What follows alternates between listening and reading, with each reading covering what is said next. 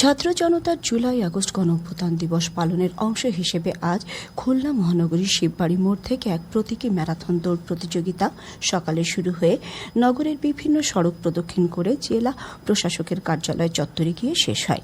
জেলা প্রশাসক মোহাম্মদ সাইফুল ইসলাম এই ম্যারাথনের উদ্বোধন করেন। এর ওপর শুনুন আমাদের মহানগর সংবাদদাতার পাঠানো একটি প্রতিবেদন।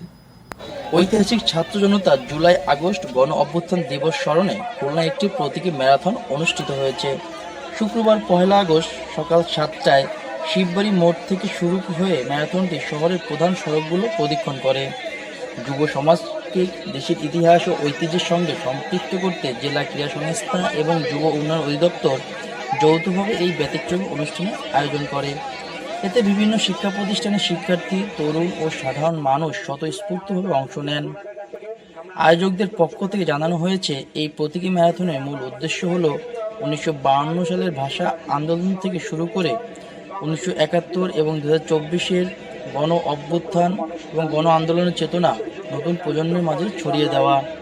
গণঅভ্যুত্থানে যারা শহীদ হয়েছেন, আহত হয়েছেন, কারাবন্দী হয়েছেন, সকলের প্রতি গভীর শ্রদ্ধা নিবেদন করে আমি এই প্রতীকী ম্যারাথনের শুভ উদ্বোধন ঘোষণা করছি। ধন্যবাদ। এ বিষয়ে আরও বলেন খুলনা জেলা প্রশাসক সাইফুল ইসলাম, দেশের ইতিহাসকে স্মরণ করা এবং তরুণ প্রজন্মের মাঝে এর চেতনা ছড়িয়ে দেওয়া আমাদের সকলের নৈতিক দায়িত্ব। এই প্রতীকী ম্যারাথন সেই দায়িত্বেরই একটি অংশ।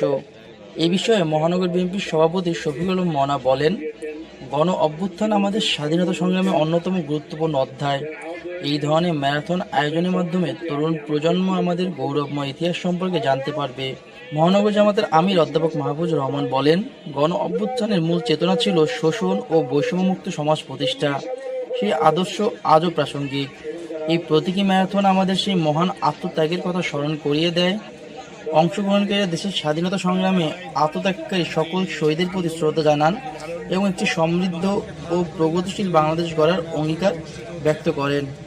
মোহাম্মদ নুরুল আমিন, বাংলাদেশ বেতার, খুলনা।